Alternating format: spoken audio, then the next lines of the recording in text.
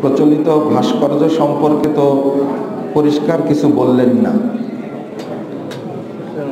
এটা আপনার এই প্রশ্নটা করাটা আমি বলবো যে অনেকটাই অজ্ঞতার পরিচয় হয়েছে। আমার বক্তব্য আপনি শুনছেন, জানি না আপনি বক্তব্য বুঝেন কিনা। আমার এর আগের একটা বক্তব্য আছে, আপনারা শুনে নেবেন। যখন হাইকোর্টের মূর্তির ব্যাপারে কথা হয়, তখন আমি বলেছিলাম যারা সেখানে মূর্তি তৈরি করছে, ভাস্কর্য তৈরি করছে, ওখানে লক্ষ লক্ষ মুসলিম যে সেজদা করবে না, টাকা পয়সা কিছু দিবে না। যারা ওখানে মূর্তি তৈরি করছে তারা কিছু নাস্তিক টাইপের মানুষ, ওরাই বিভিন্ন দিনে, এই নির্ধারিত কয়েকটা দিনে গিয়ে সেখানে ফুল দিবে, নীরবতা পালন করবে। তার সংখ্যা কি খুব বেশি না অল্প? অল্প। ওখানে তো আপনারা যাবেন না, কিন্তু শাহজালাল মাজারে কি হচ্ছে, শাহপরান মাজারে কি হচ্ছে, বাইজিদ বোস্তামের মাজারে কি হচ্ছে,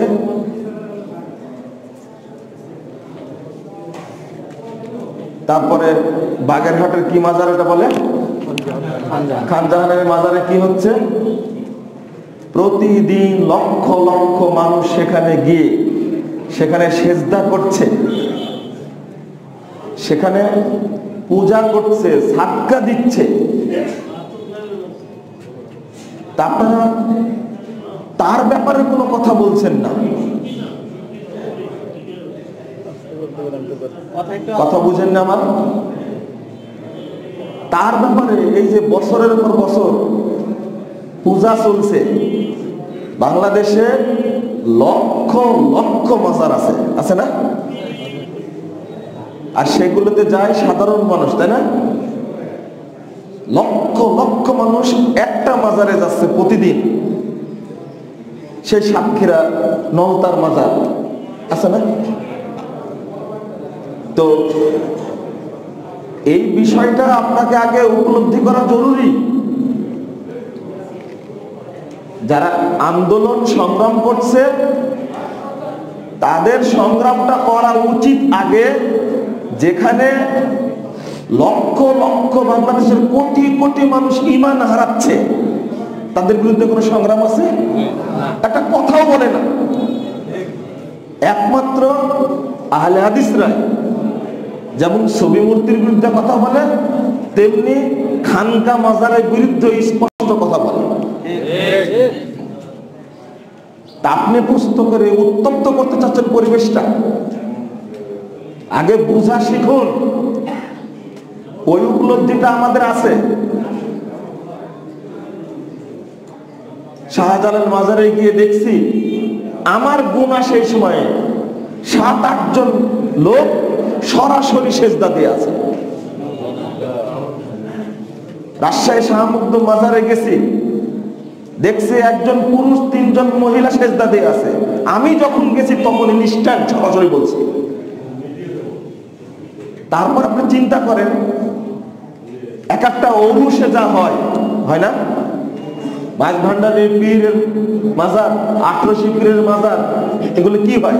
সারসিনা পীরের মাজার, সর্বনায় পীরের মাজার, ফুলতরি পীরের মাজার, কুতুববাগি, দেওয়ানবাগি, কত রকমের পীরের মাজার আছে, যেখানে লক্ষ কোটি কোটি মানুষের ঈমান নষ্ট করছে। তাদের বিরুদ্ধে আগে সংগ্রাম করা উচিত না কয়েকজন নাস্তিকের বিরুদ্ধে সংগ্রাম করা উচিত? বলেন, উত্তর দেন এবার। কিন্তু সেই বিষয়ে কেউ কোনো কথা বলছে না। আগে মিছিল করার দরকার ছিল যে সারা বাংলাদেশের যত মাজার আছে সমস্ত মাজারকে আগামী 1 সপ্তাহের মধ্যে বন্ধ করে দেওয়া হবে। এই দাবিটা জানানোর দরকার ছিল না? আমরা একাধিক বক্তব্য বলেছি যে আপনারা এইটা বলেন না কেন? ওখানে শক্ত কথা বলা আছে, তো সেটা আপনারা আগে উপলব্ধি করেন। তেলের দাম বাড়াইছে, মিছিল করো টুপি আলা হয়ে, কিন্তু এতগুলো মানুষের ঈমান নষ্ট করছে, তার বিরুদ্ধে কি হয় না? মিছিল হয় না। হয় কোথাও মিছিল হয়েছে? তাহলে কেন হয় না সেটা? নিজেকে প্রশ্ন করেন আগে। আমরা মানুষকে আগে বুঝাই। আজকের খুতবায় আমি প্রায় আধা ঘন্টার বেশি বুঝাইছি আপনাদেরকে, শিরকের পরিণাম সংক্রান্ত বুঝাইছি, তারপরে কথাগুলো সংক্ষেপে উল্লেখ করেছি।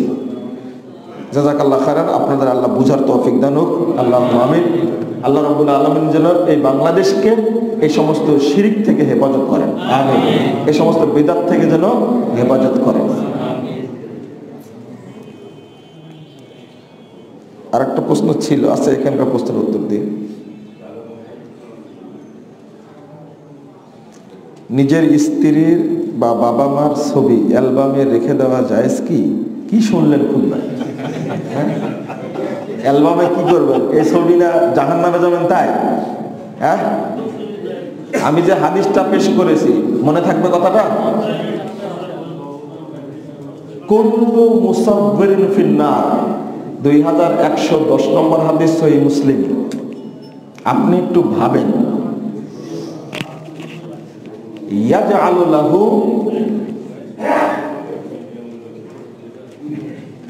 সাওয়ারাহা নাফসান,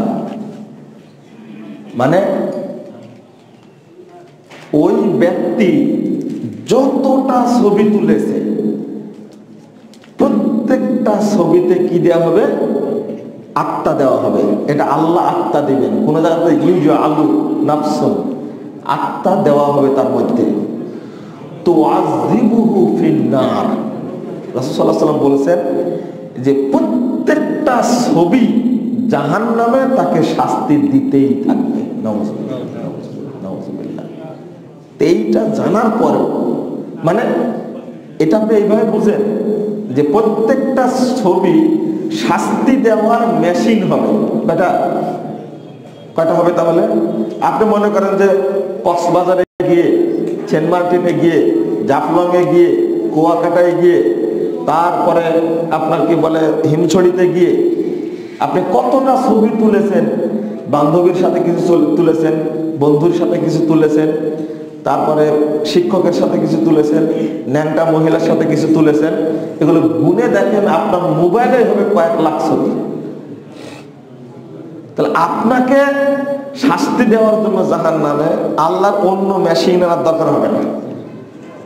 এই আপনি যেগুলো তৈরি করেছেন, তুলেছেন, ওই মেশিনই যথেষ্ট।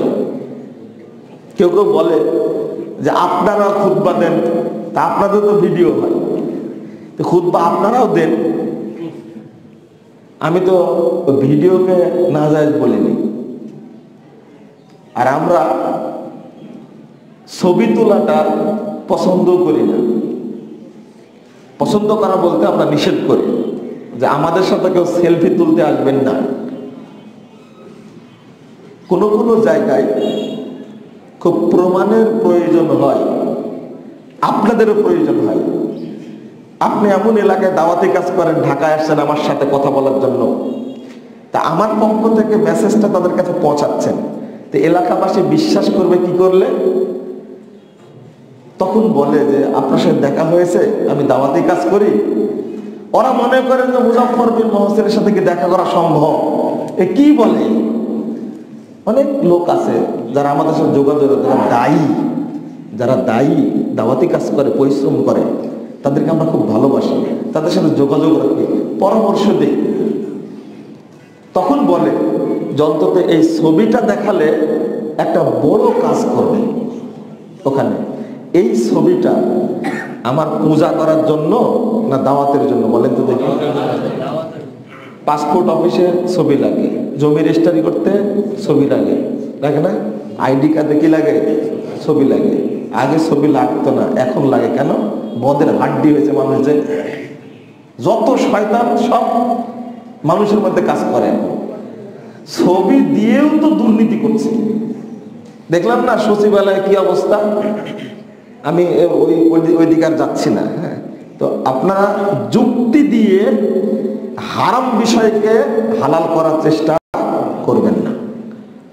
হ্যাঁ, আপনিও আপনার স্থান থেকে দাওয়াতি কার্যক্রম চালান, আপত্তি নেই, কিন্তু এই সমস্ত ছবি হলো মূর্তি পূজার প্রথম উৎস। মনে থাকবে কথা।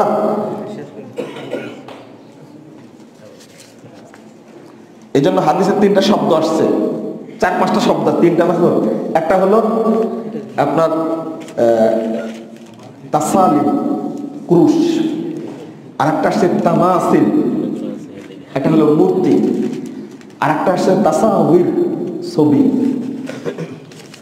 আলী রাদিয়াল্লাহু আনহুকে নির্দেশ দিয়েছিলেন আল্লাহ রাসূল সাল্লাল্লাহু আলাইহি ওয়াসাল্লাম কোনটা কোন জায়গায় আসছে লা তাদু তিমসালান আও তাওয়াস্তাহু, কোন জায়গায় আসছে মানে তাসাবির ছবি, শুধু মূর্তি না, ছবি মূর্তি উভয়টাই পৃথিবীতে রেখো না। বাংলাদেশে এগুলো চলছে, আল্লাহ যেন আমাদেরকে এগুলো থেকে কি করে হেফাজত করে, আমিন। আরেকবার প্রশ্ন করেছে, প্রচলিত জানাজার সালাতে সূরা ফাতিহার পরিবর্তে ছানা পড়া হয়, এটার দলিল কি? দারুণ প্রশ্ন করেছেন। হ্যাঁ, দলিল আবার কি? কি আশ্চর্য ব্যাপার দেখেন। 198-99 পৃষ্ঠা তিরমিজির মধ্যে এসেছে, হাদিসটা শাহেদ হিসাবে সহিহ। রাসূল সাল্লাল্লাহু আলাইহি ওয়াসাল্লাম জানাজার সালাতে সূরা ফাতিহা পড়তেন। ইবনু আব্বাস রাদিয়াল্লাহু আনহু সহিহ বুখারীর 178 পৃষ্ঠায় আসছে, ইবনু আব্বাস রাদিয়াল্লাহু আনহু জানাজার সালাতে সূরা ফাতিহা পড়ে বলেছেন, আন্নাহা সুন্নাহ লিতাআলামু আন্নাহা সুন্নাহ। আমি জোরে পড়লাম এই জন্য তোমরা যেন জানতে পারো জানাজাতে সূরা ফাতিহা পড়া কি সুন্নাহ। আলহামদুলিল্লাহ, দলিল পেয়েছেন। যেটা পড়ার দলিল নাই ওইটাই পড়ছে, আর যেটা পড়ার দলিল আছে ওইটাই কি করেছে, ছেড়ে দিয়েছে। জানাজার সালাতে ছানা পড়া যাবে না, সরাসরি আল্লাহু আকবার বলে হাত বেঁধে কি পড়তে হবে, সূরা ফাতিহা পড়তে হবে, ইমাম মুক্তাদি উভয়কেই। আর বলছে যে এইটা বাদ দিয়ে পড়া শুরু করেছে কোনটা, ছানা। ছানা না, আপনি প্রশ্ন আর একটু লম্বা করার দরকার ছিল, শুধু ছানা না, এই জানাজার সালাতে সূরা ফাতিহা বাদ, কিন্তু নিয়াত ঠিকই আছে, ছানাও ঠিকই আছে। ইমাম সাহেবের সাথে সালাত পড়বে তো, শুধু সূরা ফাতিহায় কি যে অপরাধ করেছে, ও ঢুকে প্রথম পড়েছে ইন্নী ওয়াজ্জাহাতু ওয়াজহিয়া লিল্লাযী ফাতারাস সামাওয়াতি ওয়াল আরদ, তারপরে পড়েছে নাওয়াইতু, তারপরে পড়েছে সুবহানাকা ওয়া বিহামদিকা তাবারাকা ইসমুকা তাআলা জাদ্দুকা লা ইলাহা গায়রুকা, এটা পড়েছে। পড়ে বুবার মতো ইমাম কেরাত পড়ছে, তখন যদি ওর দৃষ্টিতে সব পড়াই না জায়েজ হোক, তো এই 3টা পড়লে কেন? 2টা মিথ্যা, জাল, ভুয়া, গাঁজাখড়ি দোয়া, আর একটা হাদিস আছে ছানা। এই 3টা ঠিকই পড়া গেল, ইমাম কেরাত পড়ছেই, কিন্তু সূরা ফাতিহা না পড়ে বুবার মতো কি থাকলো, দাঁড়া থাকলো। বুঝতে পারেননি আপনারা? অতএব এই সমস্ত চাপাবাজি করার দরকার নাই। আর প্রশ্নের উত্তরের ক্ষেত্রে আপনাদের বলি যে আপনারা তো বক্তব্য শুনেন, কিছু পড়েন, কি করেন, কিছু পড়েন। আল্লাহ বলে দিয়েছেন ইকরা না ইসমা, হ্যাঁ শোনো এটা বলেছেন না, পড়ো এটা বলেছেন, পড়ো।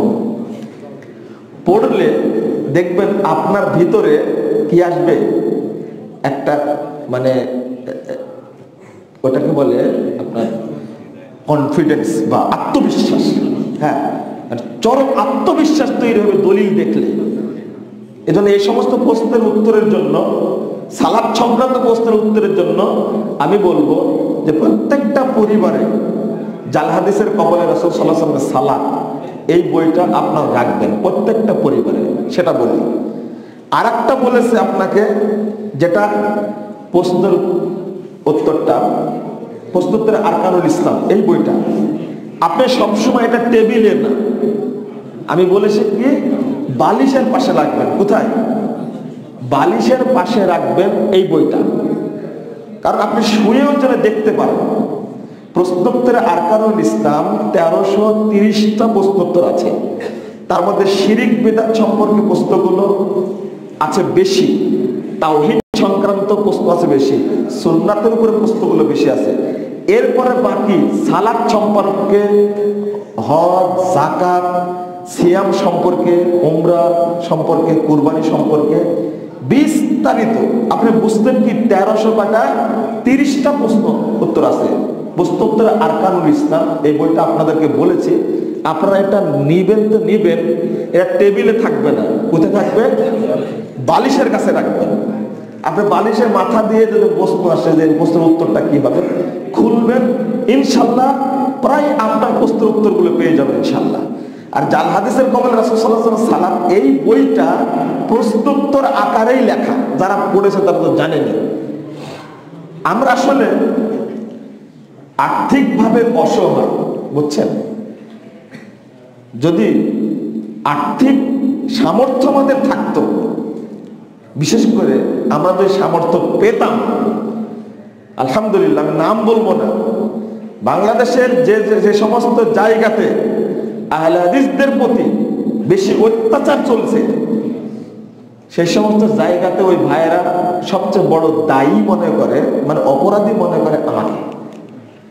কারণ আমার কিছু বই আছে, হ্যাঁ, এক নজরে আকিদা তাওহীদ, এক নজরে সিয়াম রমাদান, এক নজরে ওযু সালাত, তারপরে দোয়া ও জিকির, তারপরে আপনি কি নিয়মিত কোরআন তেলাওয়াত করেন, এইগুলো সব বিনামূল্যে বিতরণ করি আলহামদুলিল্লাহ, আপনাদের সহযোগিতায়, আমার না।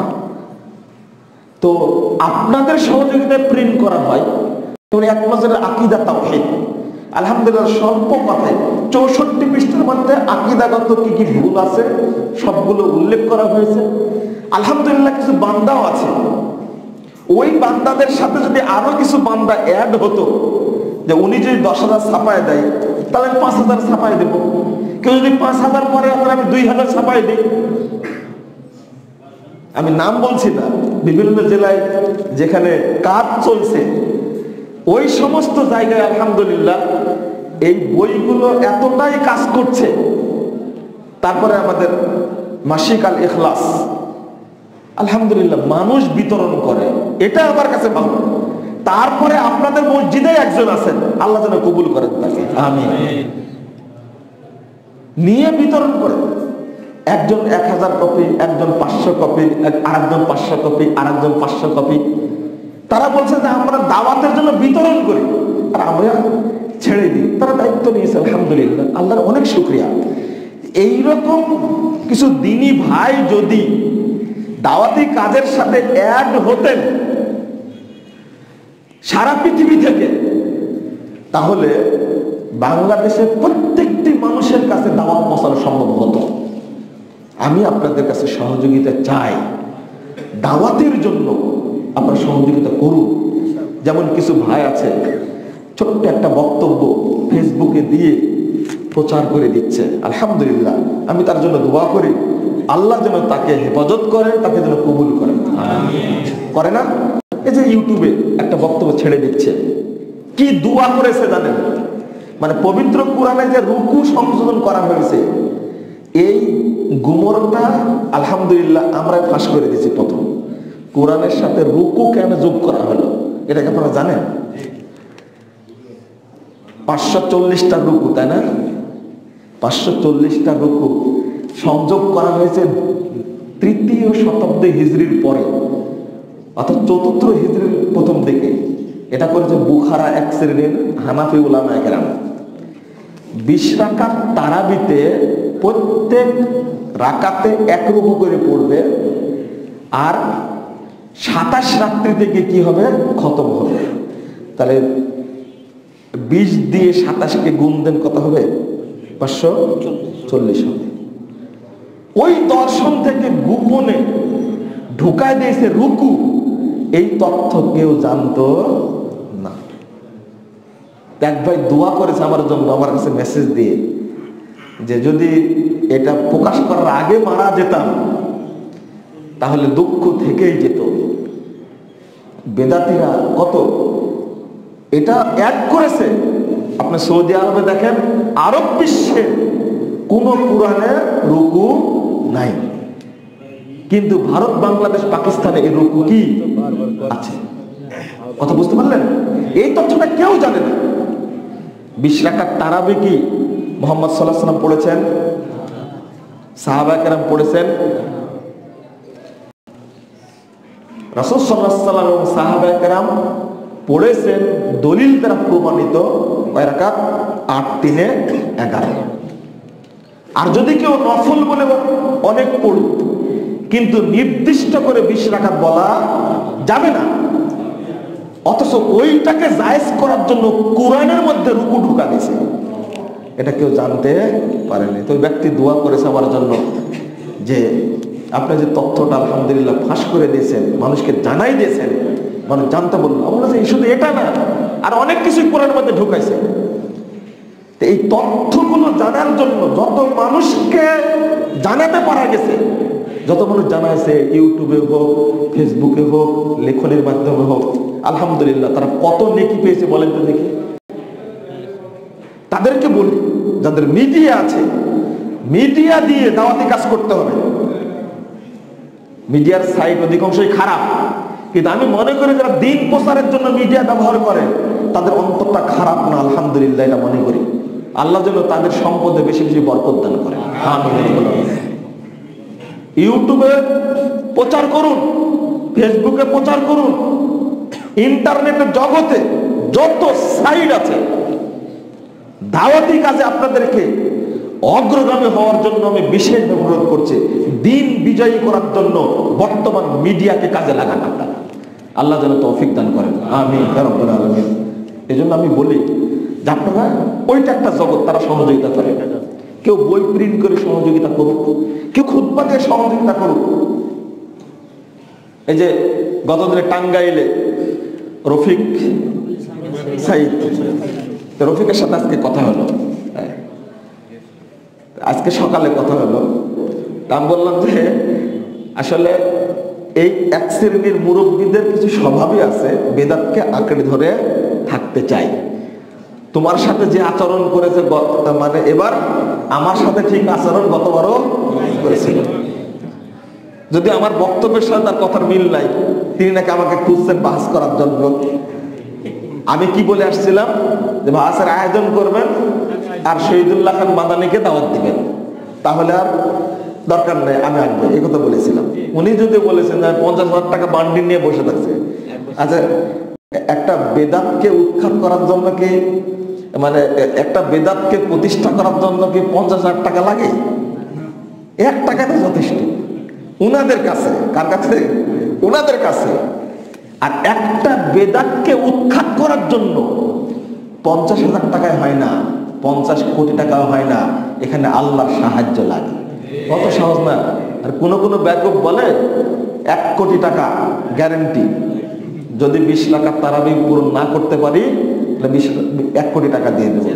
মানে মনে হচ্ছে মানে এই তাবিজ বিক্রি করে করে এত অভ্যাস হয়ে গেছে, শরীয়ত বিক্রি করা ওদের কাছে কোনো ব্যাপার না। খেয়াল করেছেন কি? আচ্ছা, 1 কোটি কেন, 100,000 কোটি টাকা দিয়া শরীয়ত কিনা যায়?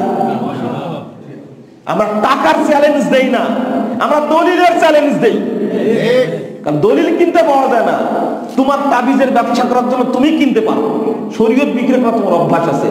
আমরা টাকার চ্যালেঞ্জ দেই না, আমরা দলিলের চ্যালেঞ্জ দিই। এবং দলিলের উপরে আমল করে আমরা জান্নাতে একটু ঠাঁই পেতে চাই, দুনিয়ার ব্যবসা করতে চাই না আমরা। আল্লাহ যেন আমাদেরকে কবুল করেন, আমিন। অনেক কথা হয়ে গেল।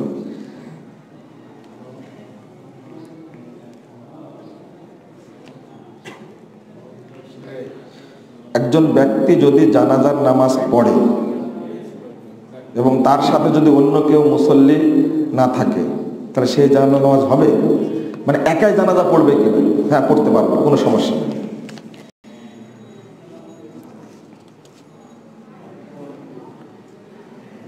স্ত্রীকে খুশি করার জন্য মোবাইলের স্ক্রিনে ছবি রাখবেন, তাই না?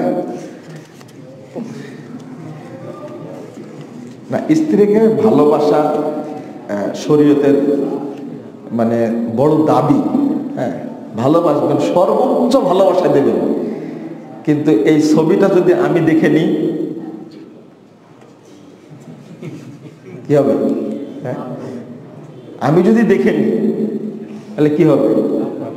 পাপ হবে না আপনার? স্ক্রিন রাখার জন্য কি দরকার? আপনাদের দেখতেই পাচ্ছেন, আপনি ওকে দেখছেন, ও আপনাকে দেখছে, এখানে কৃত্রিম ছবির কি দরকার আছে? কত দূরে চলে গেছেন আপনি, চিন্তা করতে পারছেন? হ্যাঁ, মানে সরাসরি দেখলে স্ত্রীকে ভালো লাগে না, মানে ছবিতে দেখলে বেশি ভালো লাগে নাকি? আমি বিচার দিয়ে দিলাম, এরকম মহিলাদের কাছে বিচার দিয়ে দিলাম যে আপনার স্বামী আসলে আপনাকে প্রকৃত ভালোবাসে না, ছবিকে বেশি ভালোবাসে। অতএব স্বামী থেকে সাবধান।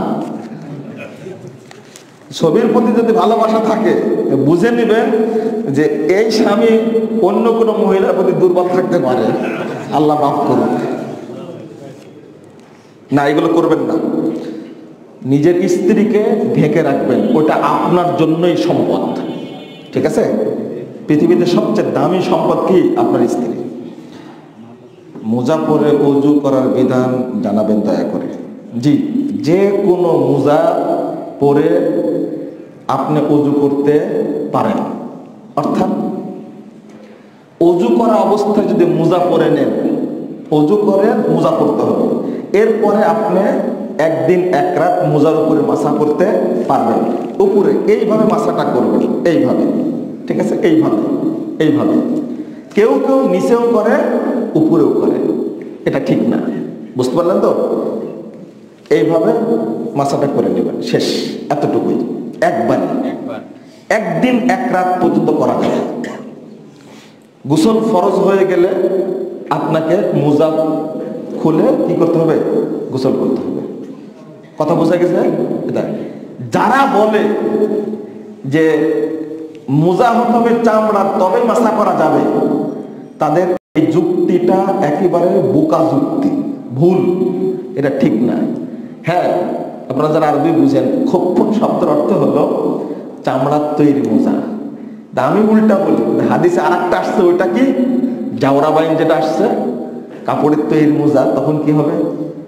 তখন মানে যারা বুঝে না, সাধারণ লোকরা ধোকা দেয়, এবং কিছু লোক শুধু চামড়ার মোজাই ব্যবহার করে। না, সুতির মোজা, কাপড়ের মোজা, যে কোনো মোজাতে কি করা যাবে? মাসা করা যাবে। মুসাফির হলে 3 দিন 3 রাত, আর মুকিম হলে 1 দিন 1 রাত।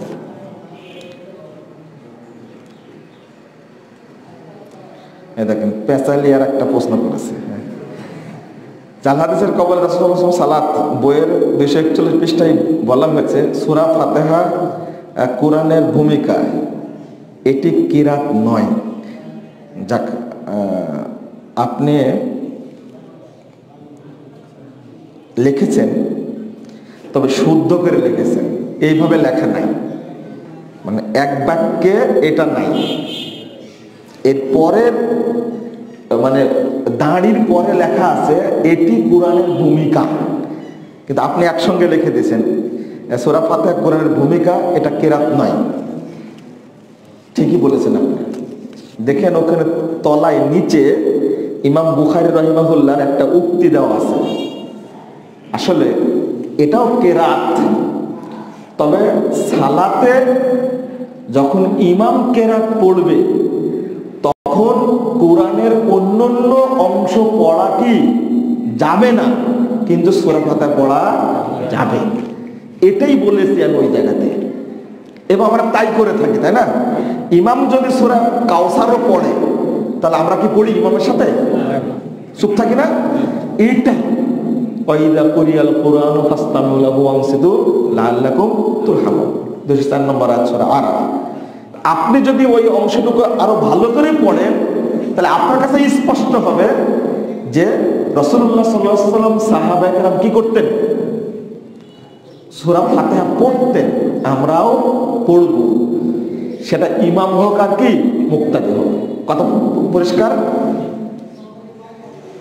যারা অপবাদ দেয় যে মুজাফফর বিন মুহসিন সূরা ফাতিহাকে কোরআনের অংশই মনে করে না, এরা হলো এই ইহুদিদের মতো কৌশল অবলম্বন করেছে। ইহুদিদের কৌশল কি জানেন?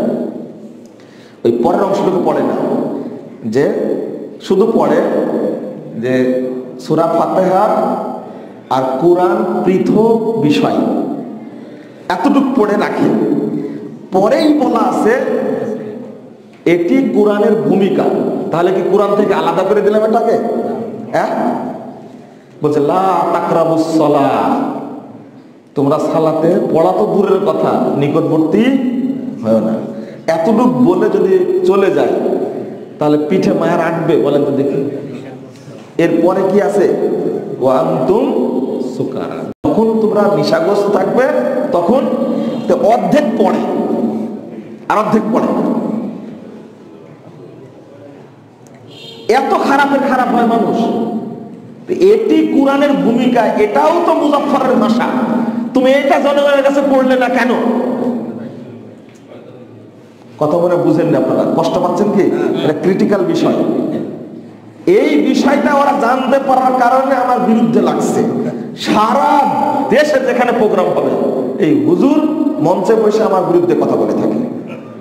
আল্লাহ ওদেরকে হেদায়েত দান করুন। কারণ এই যে তাহকিকটা, বিশ্লেষণটা পেশ করেছি, এটা ইতিপূর্বে কেউ স্পষ্ট করে বলতে পারেনি, বলেননি কেউ। এটা ওদের মাথায় ধরেছে যে এটা যদি মুজাফফর মানুষকে বুঝাতে পারে, তাহলে আমরা যে বলছি যে সূরা ফাতিহা পড়া যাবে না, বাংলাদেশের কেউ এই কথা খাবে না। আর বড় বড় হুজুর আলহামদুলিল্লাহ, আল্লাহ তার মাথাকে পরিষ্কার করে দিয়েছে। আল্লাহ তোমার মাথাকে পরিষ্কার করবে ইনশাআল্লাহ। যদি বলে আল্লাহর কুল্লুহা মাসজিদ, পৃথিবীর সব জায়গায় কি মসজিদ, এটা তো হাদিস নাকি? এই কথা বলে চলে গেলে আপনার যেতে দেবেন? হ্যাঁ, যেতে দেবেন? কি করবেন তখন? বলবেন যে এই কবরস্থান, তাহলে গোসলখানা। এর পরের ব্যাখ্যাটা হলো ইল্লাল মাকবারা ওয়াল হাম্মাম, কিন্তু কি কবরস্থান আর কি গোসলখানা ছাড়া। এই অংশটুকু বলতে হবে তো। আরে চুরি করায় যাদের স্বভাব, তারা ভালো কথা বলবে কোনোদিন? এই হাদিসের কাটছাট করাই স্বভাব। সেদিনে সহিহ বুখারীর মধ্যে একটা জিনিস দেখছেন, ওটা তথ্যটা বলে দিই আপনাদেরকে। আমাকে শুধু গালিগালাজ করে যে কোথায় হাদিসের ইবারত ছুটে গেল, কোথায় নাই, কোথায় আছে, আপনি শুধু এইগুলোই বলেন। আরে বলবো না কেন? চুরি করলে বলবো না কেন? ইমাম বুখারী একটা হাদিসের মধ্যে উল্লেখ করেছেন, সেটা হলো আল ইমামুল আযম শব্দটা। তথ্যটা আজকে বলে দিই, আপনাদের কথায় চলে আসলো। আল ইমামুল আযম শব্দ দ্বারা পৃথিবীবাসী মনে করে শুধু একজনকে, কাকে? আবু হানিফা রাহিমাহুল্লাহকে। কিন্তু ইমামে আযম দ্বারা, হাদিস দ্বারা প্রমাণিত সহিহ বুখারীর হাদিস, প্রত্যেক দেশের যিনি শাসক তাকে কি বলা হয়? ইমামে আযম বলা হয়। ইমাম বুখারী কিন্তু হাদিসটা নিয়ে এসে পরিষ্কার করে দেখেছেন। এবার এরা করছে কি, বুখারী শরীফ ছাপাতে গিয়ে যারা মাযহাবী ঘরানা, তারা কেউ আযম শব্দটা উল্লেখ করেনি। আপনি খুলেন, উপমহাদেশে যে বুখারী পড়ানো হয়, বুখারীতে নাই। বদরুদ্দিন আইনি যে বুখারী উমদাতুল কারীর মধ্যে আযম শব্দটা নিয়ে আসেননি, কিন্তু ইবনে হাজার আসকালানী রাহিমাহুল্লাহ ফাতুল বারীর মধ্যে ঠিকই নিয়ে আসছেন। বর্তমান বাংলাদেশে যে বুখারী বিক্রি হচ্ছে, এটা তো আযম শব্দটা নেই, কিন্তু রিয়াদের প্রিন্টে আলহামদুলিল্লাহ আল ইমাম আল আযম শব্দটা কি আছে, আলহামদুলিল্লাহ। তা আপনারা তো ইচ্ছা করেই তুলে দিয়েছেন, মানে ইমাম আযম যেন একজনকে বলা হয়, আর কাউকে যেন বলা না হয়। এবং আবু হানিফা রাহিমাহুল্লাহর মর্যাদা ঢেকে রাখা, মানে রক্ষা করতে গিয়ে হাদিসের শব্দ কি করে দিয়েছে? তুলে দিয়েছে। এগুলো বলাই হলো আমার সবচেয়ে বড় অপরাধ।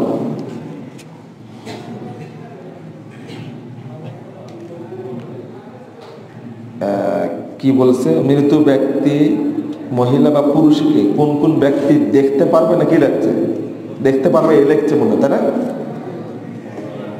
একই অবস্থা, মহিলাদেরকে মাহরাম ছাড়া কেউ দেখতে পারবে না, আর পুরুষদেরকে দেখতে পারে, অনেকে দেখার প্রতি আগ্রহ থাকে। যেমন রাসূলুল্লাহ সাল্লাল্লাহু আলাইহি ওয়াসাল্লাম মারা গেলেন, তখন আবু বকর যেমন দেখলেন, আল্লাহ রাসূল দেখতে গেলেন উসমান ইবনে মাজউনকে, তিনি যখন মারা গেলেন আল্লাহ তার গালে চুম্বন করলেন দেখতে গিয়ে।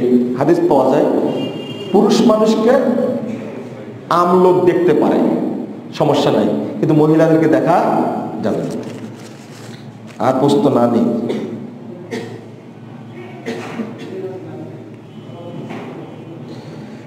এই প্রশ্নের উত্তর দেওয়া খুব কঠিন। একটি গ্রামে 2টি জুমা মসজিদ। পুরাতন মসজিদের খতিব বলেছেন নতুন মসজিদে নামাজ হবে না। এই যে মারামারি করে মসজিদ করেছে, যে দ্বন্দ্ব করে মসজিদ করেছে, কথা বুঝতে পারছেন? একই আকীদার মানুষ, একই গ্রামভুক্ত, কিন্তু মারামার লাগছে নিজেদের পরিবারে, চাপাই দিয়েছে কার উপরে? মসজিদের উপরে। হ্যাঁ, মসজিদ আলাদা করে নিয়েছে। এটা যে কত বড় পাপ, যে এই উদ্দেশ্যে যদি কেউ মসজিদ তৈরি করে, আমরা আম ফতোয়া দিয়েছি এই ধরনের মসজিদে সালাত হবে না। পারিবারিক দ্বন্দ্ব লাগাবেন কার উপরে? মসজিদের উপরে, এটা চলবে না। দ্বিতীয় বিষয় হলো যে মসজিদ যদি নতুন মসজিদ তৈরি করার পিছনে এইটাই কারণ হয়ে থাকে, তাহলে যেটা আপনি আল্লাহর সন্তুষ্টি, ওইটা তো আপনার ভিতরে থাকলো না। 10 বছর পরে দুইজনের সাথে ঠিকই সম্পর্ক হয়ে যাবে, কিন্তু 2টা মসজিদ এক মসজিদ হবে না। এই জবাবটা আল্লাহর কাছে কিভাবে দেবে? আপনার সাথে মনোমালিন্য হয়েছে, 2 বছর থাকবে, 3 বছর থাকবে, 4 বছরের বেলায় 5 বছরের বেলায় গলায় গলায় প্রীত হয়ে যাবে, কিন্তু মসজিদ 2টাই থেকে যাবে। আল্লাহ যদি জিজ্ঞেস করে, উত্তর কি দিবেন আপনি? এই কাজ করা যাবে না। কেন? আপনি ওয়াক্তে মসজিদ তৈরি করেন, জুমা মসজিদ একটা করেন, বড় মসজিদ করেন। যদি এই রেশারেশিতে হয়ে থাকে যে 10টা মসজিদ থাকে, 10টা মসজিদকে আপনি এক মসজিদ করে দেন, বাকিগুলো কি করে দেন? ওয়াক্তে করে দেন। তাতে কি হবে? মুসলিম সমাজটা কি হবে? শক্তিশালী, ঐক্যবদ্ধ হবে। আলহামদুলিল্লাহ।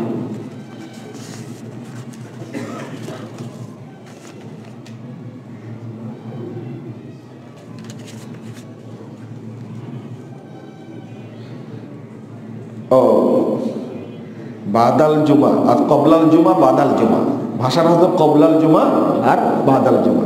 জুমার পূর্বে 4 রাকাত, পরে 4 রাকাত। যে হাদিসটা এসেছে, এই হাদিসটা সহিহ হাদিসের বিরোধী, মুনকার হাদিস, ইবনে মাজাহতে এসেছে। এই হাদিস আমল করা যাবে না। জুমার আগে যতক্ষণ সময় পাবেন ততক্ষণ কি করবেন? সালাত আদায় করবেন। 2 রাকাত করে সালাত পড়বেন। আর জুমার পর কয় রাকাত? 4 রাকাত। এটা 2 রাকাত করে পড়তে পারেন, একবারেও 4 রাকাত পড়তে পারেন।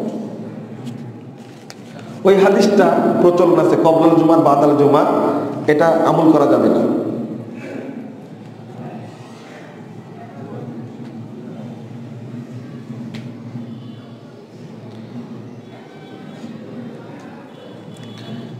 আমার আব্বা পছন্দ করেন না যে ফজর, মাগরিব, এশার সালাত জামাতে পড়ি, রাগান্বিত হন।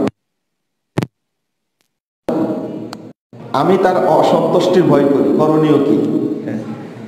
অসন্তুষ্টির ভয়, এখানে বাবার অসন্তুষ্টিতে যায় আসে না। কথা বোঝা গেছে? কারণ সালাতের ব্যাপার। আপনার যদি ক্ষতির সম্ভাবনা না থাকে মসজিদে যাতায়াতে, তাহলে জামাতে সালাত আদায় করবেন।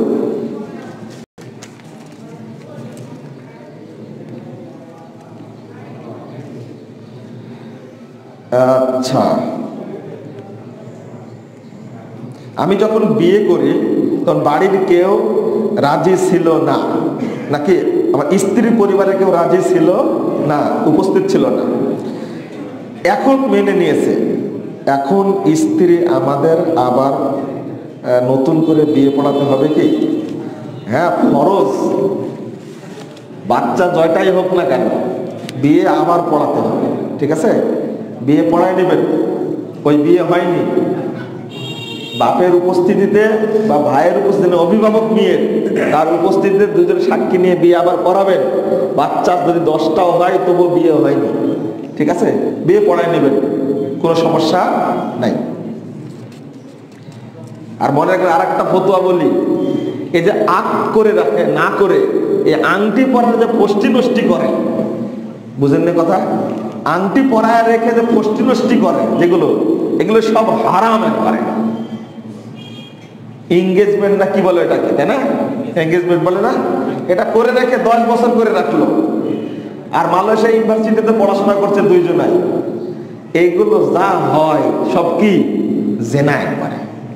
এঙ্গেজমেন্ট কোনো বিয়ে না, আংটি কোনো বিয়ে না, ওর সাথে কথা বলাই হারাম। কথা বোঝা গেছে? ওর সাথে কি কথা বলাই হারাম। হ্যাঁ, কথা বলতে চান, বাড়িতে নিয়ে আসতে চান, আপনি অনুষ্ঠান করে 5 বছর পরে, 10 বছর পরে, 30 বছর পরে করেন, তাও দায় নাই, কিন্তু বিয়েটা পড়া রাখতে হবে আগে। কি করতে হবে? বিয়েটা পড়া। মনে করলেন 10টা বাচ্চা হোক, তারপর অনুষ্ঠানটা করব, করেন আপনি, কিন্তু বিয়ে আগে কি পড়াতে হবে। না পড়ানোর আগে ওই মেয়ের সাথে আপনি ফোনে কথা বলতে পারবেন না, হোটেলে স্পটে ঘোরাঘুরি তো দূরের কথা, বিশ্ববিদ্যালয়ে একসঙ্গে থাকা তো দূরের কথা, কথা বলাও যাবে না। মেয়ে পছন্দ হয়েছে, আক্ট করে নেন। আক্ট মানে কি বিয়েটা পড়া নেন, দুইজন সাক্ষী আর একজন ব্যক্তির ইমাম হয়ে বিয়েটা পড়া নিতে হবে, তারপরে আপনি যা ইচ্ছা তাই করেন। বিয়ের বয়স তো 15 বছর হয়ে গেছে। হ্যাঁ, 15 বছর হয়ে গেছে, এখন কি 15 বছর পর আবার বিয়ে করব? আমি তো বললাম যে 30 বছরও যদি হয়, 10টা বাচ্চা, 10টা বাচ্চা হলে কয় বছর হওয়া লাগবে? এটা কি কাজের মাধ্যমে? না, কাজই দরকার নাই তো।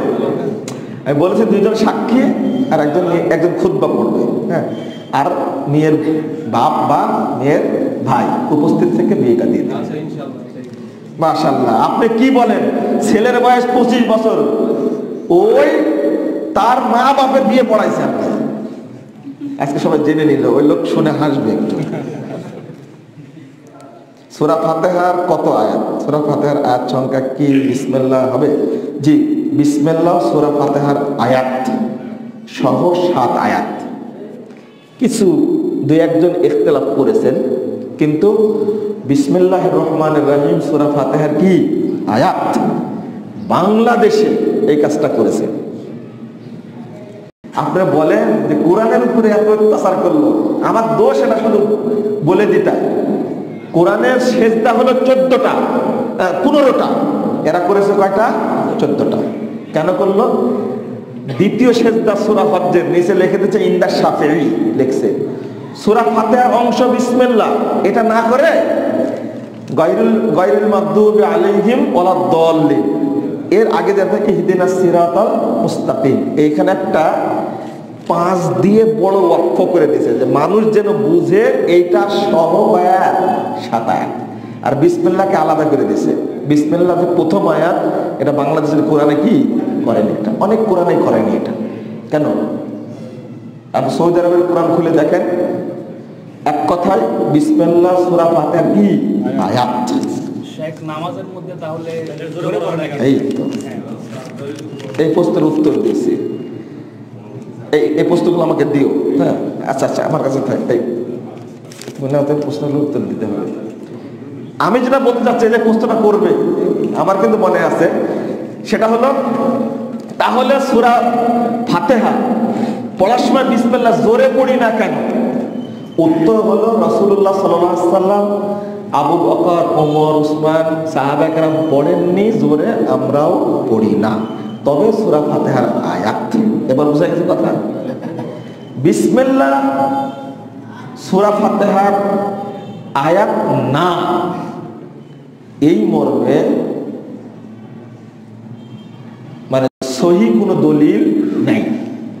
বিসমিল্লাহ জোরে পড়ার পক্ষে যতগুলো বর্ণনা এসেছে সবগুলো বর্ণনায় কি জয়ী, যেটা আমি জাল হাদিসের কবল রাসূল সাল্লাল্লাহু আলাইহি ওয়াসাল্লাম এই বইটার মধ্যে পরিষ্কারভাবে বিস্তারিত আলোচনা করে দিয়েছি। কতটা জয়ী হাদিস আসছে সেটা আমি উল্লেখ করেছি, আপনারা বিস্তারিত দেখে নেবেন।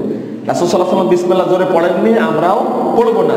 আপনি যুক্তি দিয়ে বলবেন যেহেতু সূরা ফাতিহা মানে মানে কি বলে যে বিসমিল্লাহ জোরে পড়া হয় না, অতএব এটা সূরা ফাতিহার অংশ না, এটা আপনার যুক্তি। আমি বলছি সূরা ফাতিহার অংশ, তবে কেরাত জোরে পড়ার সময় কি করতে হবে? আস্তে পড়তে হবে। জাযাকুমুল্লাহ খাইরান। না আর আমি শেষ করে দিয়ে তারপরে প্রস্তুত দেন। জাযাকুমুল্লাহ খাইরান। সুবহানাকাল্লাহুম্মা ওয়া বিহামদিকা আশহাদু আল্লা ইলাহা ইল্লা আনতা আস্তাগফিরুকা ওয়া আতুবু ইলাইকা। আসসালামু আলাইকুম।